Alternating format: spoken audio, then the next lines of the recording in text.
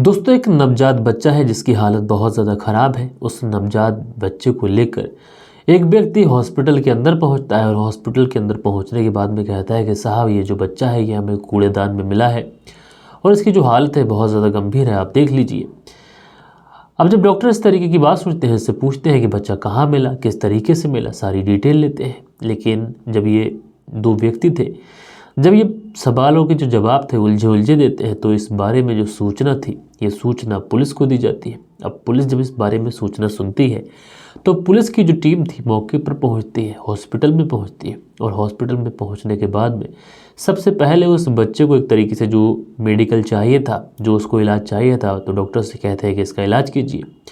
अब डॉक्टर जब उस बच्चे का इलाज करते हैं तो जो बच्चा था वो स्वस्थ हो जाता है। इधर ये जो लोग उस बच्चे को लेके आए थे, दोनों लोगों से कड़ाई से पूछताछ की जाती है। इनसे पूछा जाता है बच्चा कहाँ मिला। तो इन जो दोनों के जवाब थे, ये दोनों के जवाब उलझे उलझे थे। अब जब दोनों के जवाब उलझे उलझे होते हैं तो पुलिस बड़ी सख्ती से इन लोगों से पूछताछ करती है। अब दोस्तों, जब इन लोगों से सख्ती से पूछताछ की जाती है तो उसके बाद में दोनों लोग थे जो कहानी बताते हैं, वो कहानी वाकई हैरान करने वाली होती है, परेशान करने वाली होती है। दरअसल ये दोनों लोग बताते हैं कि जो बच्चा है ये एक 14 साल की लड़की का बच्चा है। जब इस तरीके की बात सुनते हैं तो पुलिस भी हैरान हो जाती है। अब दोस्तों, पुलिस तुरंत उस लड़की के पास में पहुंचती है जो 14 साल की लड़की थी।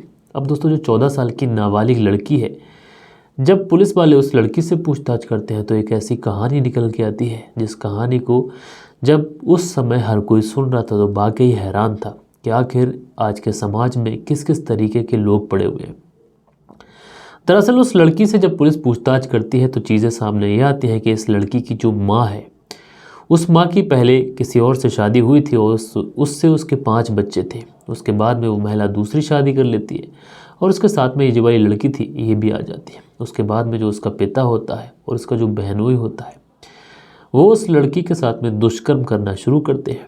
अब दोस्तों, कभी पिता दुष्कर्म करता है, कभी जीजा दुष्कर्म करता है। इस तरीके से जब इस लड़की के साथ में दुष्कर्म होता रहता है, लड़की अपने आप को बचाने की कोशिश करती है, अपने आप को, अपने पिता को और अपने जीजा को अपने रिश्ते की दुहाई देती है। लेकिन उसके बावजूद भी ना जीजा संभलता है ना पिता संभलता है और लगातार इस लड़की के साथ में दुष्कर्म किया जाता है, जिसकी वजह से ये लड़की गर्भवती हो जाती है। जब लड़की गर्भवती हो जाती है तो ये लोग गर्भपात कराने का दबाव देते हैं, क्योंकि दोस्तों गर्भपात करने का जब दबाव देते हैं तो उसके बाद में ये बात माँ को भी पता चल जाती है, पूरी फैमिली में ये बात पता चल जाती है। लेकिन उसके बावजूद भी गर्भपात हो नहीं पाता है। उसके बाद इस बच्ची को एक तरीके से ऐसे छुपा के रखा जाता है लोगों से। उसके बाद जब डिलीवरी का समय होता है तो ये लड़की बच्चे को जन्म देती है। उसके बाद में ये लोग उस बच्चे को कूड़ेदान में फेंक देते हैं और उसके बाद में जब लोग इकट्ठा होते हैं, लोग देखते हैं, ये लोग भी पहुँचते हैं। उसके बाद में यही लोग उस बच्चे को हॉस्पिटल लेके जाते हैं और कहते हैं ये बच्चा अनाथ है, न जाने कौन फेंक गया।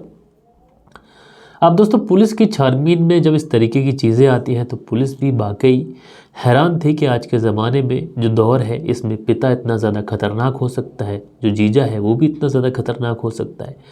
बहरहाल दोस्तों, इन दोनों को अरेस्ट कर इन दोनों को जेल भेजा गया। लेकिन आज की जो कहानी है, आज की जो कहानी मैं आप लोगों को सुनाऊँगा, ये कहानी इससे भी ज़्यादा हैरान करने वाली है। और दोस्तों, इस घटना के अंदर क्या हुआ था, परत दर परत, पॉइंट टू पॉइंट विस्तार से मैं आप लोग को बताऊंगा। और कल के दिन आप लोग के जो भी कमेंट्स आए हैं वो सारे के सारे कमेंट्स वीडियो के अंत में पढ़े जाएंगे। अगर आप लोग भी कोई कमेंट्स करना चाहते हैं, किसी को किसी का बर्थडे विश करना चाहते हैं, किसी को किसी की सालगिरह की बधाई देना चाहते हैं, तो आप लोग ज़रूर से ज़रूर लिखिएगा। और आप लोग के जो भी कॉमेंट्स रहेंगे आज के दिन के, वो कल के दिन मैं अपने वीडियो में अपने व्यूवर्स के साथ में ज़रूर से ज़रूर शेयर करूँगा। तो ज़्यादा वक्त न लेते हुए सीधा सीधा कहानी का रुख करते हैं। तो दोस्तों, रात के 10 बज चुके हैं। मैं हूं आप सभी का अपना शावेज़ मलिक और हाजिर हूं आप लोग के सामने फिर से एक कहानी को लेके, एक क्राइम की घटना को लेके। और दोस्तों, आज की जो घटना, आज की जो क्राइम की कहानी मैं आप लोग को सुनाने जा रहा हूं, ये कहानी है उत्तर प्रदेश से। और दोस्तों, इसी उत्तर प्रदेश का एक ज़िला पड़ता है बस्ती ज़िला, और इसी बस्ती ज़िले के अंदर एक व्यक्ति रहता है। इस व्यक्ति की एक लड़की है, जिस लड़की की उम्र मात्र 17 साल के आसपास है। अब दोस्तों, इसी बस्ती ज़िले के अंतर्गत एक थाना आता है छावनी थाना। और इसी छावनी थाने में एक लड़की जिसकी उम्र लगभग 19 साल के आसपास है और एक महिला, दोनों पुलिस थाने में पहुंचते हैं। और पुलिस थाने में पहुंचने के बाद में कहते हैं कि साहब, हमें कुछ कंप्लेंट लिखवानी है, यहाँ पर जो कुछ पुरुष लोग हैं उन्हें बाहर भेज दिया जाए। महिला पुलिस वालों के सामने ही बात होगी। अब जब इस तरीके की बात होती है, इस तरीके की ये लड़की और वो महिला जब बात कहते हैं, तो जो पुलिस महकमे में एकदम से हलचल मच जाती है। उसके बाद में दोनों को दिलासा दिया जाता है, उनसे पूछा जाता है कि बताओ बात क्या है। उसके बाद में जो माँ थी ये कहती है कि दरअसल जो मेरे पति हैं उन्हें गिरफ्तार कर लीजिए और फांसी पर उन्हें चढ़ा दीजिए। जब इस तरीके की बात एक पत्नी अपने पति के लिए कहती है तो उस समय पुलिस भी हैरान हो जाती है कि आखिर ये महिला किस तरीके की बात कर रही है। उसके बाद में वो जो बच्ची थी उसकी तरफ पुलिस देखती है तो वो जो बच्ची थी उसकी आंखों से आंसू गिर रहे थे और वो किसी तरीके का जवाब देने की पोजीशन में नहीं थी। उसके बाद में उस लड़की को बहुत ज़्यादा बहलाया जाता है, फुसलाया जाता है और उसके बाद में उससे पूछा जाता है कि बेटा क्या बात है।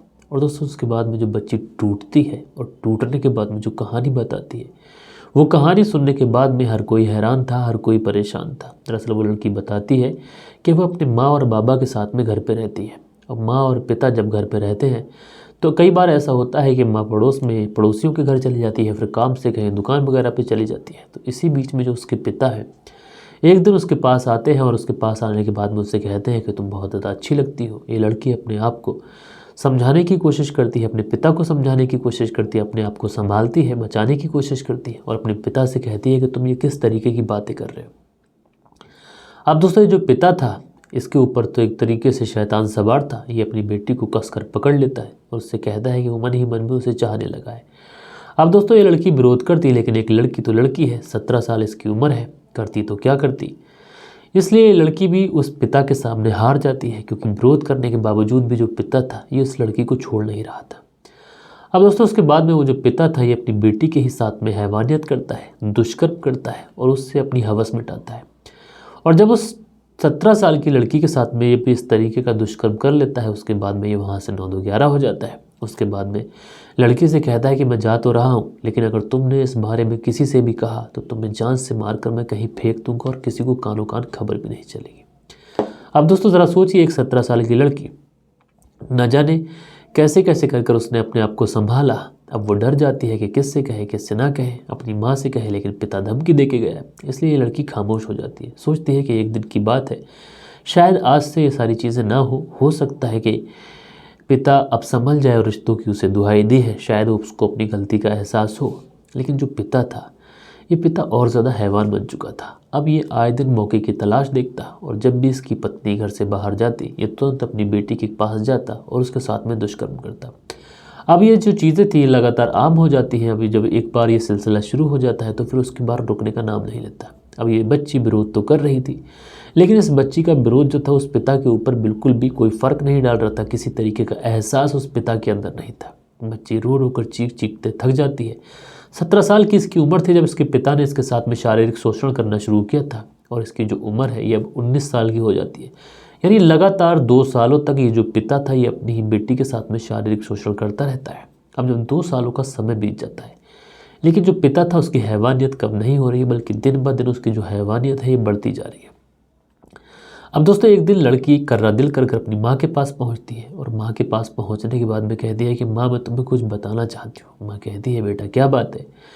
दोस्तों एक माँ ही अपनी बेटी की सबसे अच्छी दोस्त होती है और जो बेटियाँ अपनी माँ से अगर कोई बात नहीं कह पाती हैं तो मैं उनसे इस वीडियो के माध्यम से रिक्वेस्ट करना चाहूँगा कि अपनी माँ को अपना दोस्त समझा करें और तुम्हारे साथ में कुछ भी गुड टच या फिर बैड टच हो रहा है तो इस बारे में आपको अपनी माँ से ज़रूर बात करनी चाहिए।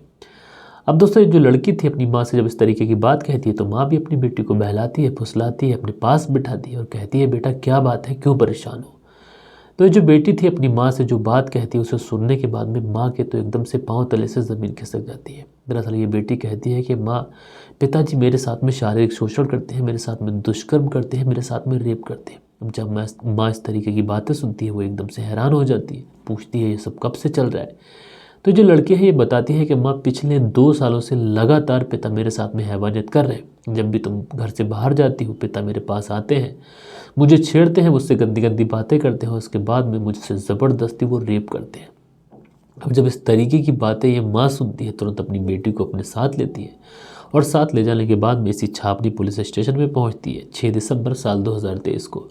और 6 दिसंबर साल 2023 को जब वो छावनी पुलिस स्टेशन में जाने के बाद में जब पूरी तहरीर देती है उसके बाद में पुलिस भी अलर्ट हो जाती है। पुलिस की एक गाड़ी तुरंत उसके घर पर पहुंचती है और घर पर पहुंचने के बाद में वो जो व्यक्ति था उस व्यक्ति को गिरफ्तार किया जाता है। और गिरफ्तार करने के बाद में उसे पुलिस थाने लेके आया जाता है और उस पर निम्नलिखित धाराओं के अंतर्गत मुकदमा दर्ज किया जाता है। उस पर धारा लगाई जाती है 376 और दूसरी धारा 506 पॉक्सो एक्ट के तहत लगाई जाती है।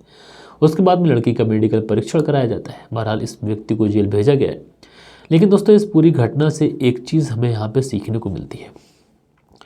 हमारे समाज में न जाने कितनी ऐसी बच्चियां हैं जिन बच्चियों के साथ में दुष्कर्म हो रहा है, उनका शारीरिक शोषण हो रहा है, लेकिन डर की वजह से समाज में इज्जत न चली जाए इसकी वजह से कुछ लड़कियां अपने ऊपर इस तरीके से जो जुल्म हो रहा है उस जुल्म को बर्दाश्त करती रहती हैं। लेकिन मैं अपनी वीडियो के माध्यम से उन बेटियों से कहना चाहूँगा कि अगर किसी भी लड़की के साथ में बैड टच होता है तो उसे अपने परिवार में किसी से बात करनी चाहिए। अगर परिवार वाले इस तरीके की चीज़ों में इन्वॉल्व हो तो परिवार से ना सही तो फिर रिश्तेदारों से बात करनी चाहिए। अगर रिश्तेदारों से भी बात ना हो पाए तो फिर सीधा सीधा पुलिस से बात करनी चाहिए। क्योंकि दोस्तों कई बार ऐसा होता है कि जुल्म लड़कियों के ऊपर होता रहता है और वो लड़कियां अपने घर में इस तरीके की बात कर भी नहीं पाती कि उनके साथ में क्या हो रहा है। और आज की घटना में आप लोगों ने देखा कि इस बच्ची के साथ में 2 सालों तक दुष्कर्म होता रहा, लेकिन जब 2 सालों के बाद इस बच्ची ने अपनी माँ से हिम्मत करके बताया तो जो माँ थी अपनी बेटी को लेकर सीधा पुलिस थाने गई और पुलिस थाने ले जाने के बाद में उस पिता के खिलाफ गंभीर धाराओं में मुकदमा भी दर्ज कराया। बहरहाल दोस्तों आप लोग इस पूरी घटना को किस तरीके से देखते हैं अपनी राय नीचे कमेंट्स बॉक्स में ज़रूर से ज़रूर बताइएगा। और कल के दिन जिन लोगों के भी प्यारे प्यारे कमेंट्स आए हैं अब वक्त होता है कि उन लोगों के कमेंट्स पढ़े जाएं। सो दोस्तों हमारे वीडियोस पे जो कल के दिन कमेंट्स आए इसमें मोहम्मद इकबाल जी हैं, लिखते हैं अस्सलाम वालेकुम मलिक साहब, आपकी कहानी रोज़ सुनता हूँ और लाइक भी करता हूँ पर कमेंट्स नहीं कर पाता क्योंकि आजकल बहुत बिजी रहता हूँ। 2-3 दिन दोस्तों से भी आपके चैनल को सब्सक्राइब करवाया है। तो मोहम्मद इकबाल जी आपका बहुत बहुत शुक्रिया। अनुज गोदारा जी हैं जो कि काफ़ी पुराने व्यूअर्स हैं हमारे, लिखते हैं नमस्कार सर जी, बहुत अच्छी स्टोरी सुनाई, शायद सभी व्यूअर्स को पसंद आई होगी। तो अनुज गोदारा जी आपका बहुत बहुत शुक्रिया। उसके बाद में अनिल सालोंकी जी हैं, लिखते हैं Shaved ji nice presentation, take care, God bless you and your family. तो अनिल जी आपका बहुत बहुत शुक्रिया। कुंदन पाल जी प्रणाम करते हैं, तो भैया प्रणाम। प्रिंस अली जी हार्ट बनाते हैं, भैया शुक्रिया। नासिर पठान जी 3 हार्ट बनाते हैं, भैया बहुत बहुत शुक्रिया। उसके बाद में दीपक हैं, लिखते हैं जय श्री राम, सूरज से रोज़ सुनता हूँ। तो दीपक जी आपका बहुत बहुत शुक्रिया। उसके बाद में मुजाहिद खान है, लिखते हैं अस्सलाम वालेकुम भाई, कहानी सुनाने का जो अंदाज़ है बेहद उम्दा है, आपका शुभ चिंतक मुजाहिद खान फ्रॉम ग्राम अली नगला बदायूं से।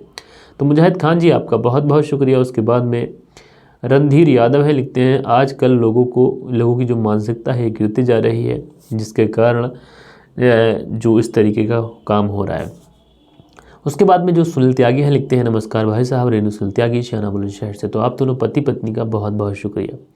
उसके बाद में अगला जो कमेंट से लिखते हैं ये समझ नहीं आता कि इस तरीके की जो क्राइम अलर्ट वाली वीडियो होती है यूट्यूब पर भरी पड़ी है, फिर भी पता नहीं लोग क्यों क्राइम करते हैं जबकि उन्हें पता होता है कि क्राइम करने के बाद में एक ना एक दिन पुलिस उन्हें पकड़ती ज़रूर है। दोस्तों इंसान की मानसिकता होती है, वो सोचता है कि वो इस तरीके से क्राइम करेगा कि किसी को कानो कान खबर नहीं होगी, लेकिन दोस्तों जो क्राइम होता है ये छुप नहीं पाता और उसके बाद में पुलिस तक पहुंचता है और जो क्राइम करने वाला कातिल होता है उसका जो हैवान वाला चेहरा होता है पुलिस ये सब बेनकाब करती है, लोगों के सामने लेके आती है। उसके बाद में इस्माइल है, इस्लाम शेख है, लिखते हैं अस्सलाम वालेकुम, मेरा नाम इस्लाम शेख है, मैं यूपी के हमीरपुर ज़िले से हूँ, टाउन मोदहा से हूँ। तो भाई यूपी के हमीरपुर ज़िले के टाउन मोदहा से हमारी कहानी सुनते हैं जिनका नाम इस्माइल शेख। तो भाई आपका बहुत बहुत शुक्रिया। रणधीर लिखते हैं सर जी नमस्कार, राम धीरज मौर्य कैसे हो सर जी, अवैध संबंध वाला सिस्टम कब तक चलेगा, लोगों को पता है कि एक न एक दिन पकड़े जाना है फिर भी नहीं मानते। उसके बाद में जो अगला कमेंट्स है मोहम्मद हैदर का है, लिखते हैं हैदर लश्कर फ्रॉम असम सिलचर सिद्दीपुर पार्ट 1। भाई वन साइडेड से लगे रहो जी, हो सके तो उम्मीद के ऊपर मौजूदा हालात में प्लान के साथ साथ रेप मर्डर इस पर भी कोई वीडियो अपलोड करते रहो, मेहरबानी होगी। तो भाई मैं ज़रूर करूँगा। उसके बाद में यूज़र है, लिखते हैं अस्सलाम वालेकुम, मैं मोहम्मद फराज कुवैत से। 80% मर्डर जो होते हैं वो नाजायज़ संबंधों की वजह से होते हैं, इतने मर्डर प्रॉपर्टी की वजह से नहीं होते। आपने बहुत अच्छी बात कही कि आज के ज़माने में जो क्राइम हो रहा है वो सबसे ज़्यादा जो क्राइम हो रहा है उसके पीछे अवैध संबंध है, जबकि क्राइम के पीछे जो सबसे बड़ी वजह मानी जाती है, जो हमारे बड़े बूढ़ों ने हमसे कह के रखा हुआ है कि ज़र ज़मीन जुर्म, ये चीज़ें ऐसी होती हैं कि जिसकी वजह से इंसान क्राइम करता है। लेकिन क्राइम करता है वो पहले का ज़माना था कि लोग बच जाते थे क्राइम कर कर, लेकिन आज का ज़माना ऐसा है कि इंसान क्राइम कर कर बच नहीं पाता, क्योंकि पहले के ज़माने में शायद ये चीज़ें नहीं थी, इंसान की जो मानसिकता थी ये गिरी हुई थी, क्राइम हमेशा होते चले आए। लेकिन आज के ज़माने में जो डिजिटल युग है इसकी वजह से क्राइम कभी छुप नहीं पाता और इंसान को चाहिए कि वो क्राइम के रास्तों से दूर रहे और इंसान सीधे रास्ते पे चले, लोगों का भला करे, लोगों के लिए अच्छे काम करेगा, जिससे लोग बाद उसके भी उसकी तारीफ़ करा करें। तो दोस्तों, आप लोग क्या कहना चाहते हैं आज की स्टोरी के बारे में ज़रूर से ज़रूर लिखिएगा। कहानी कैसी लगी वो भी लिखिएगा, और हमारी कहानी सुनाने का अंदाज़ कैसा है उसके बारे में भी ज़रूर लिखिएगा। कहानी कहाँ से देखते हैं उसके बारे में भी लिखिएगा। तो दोस्तों, मिलते हैं कल के दिन किसी और क्राइम स्टोरी के साथ में। जब तक के लिए अपना ख्याल रखें, देश का ख्याल रखें, परिवार के रिश्तों की अहमियत को समझें। जय हिंद, जय भारत।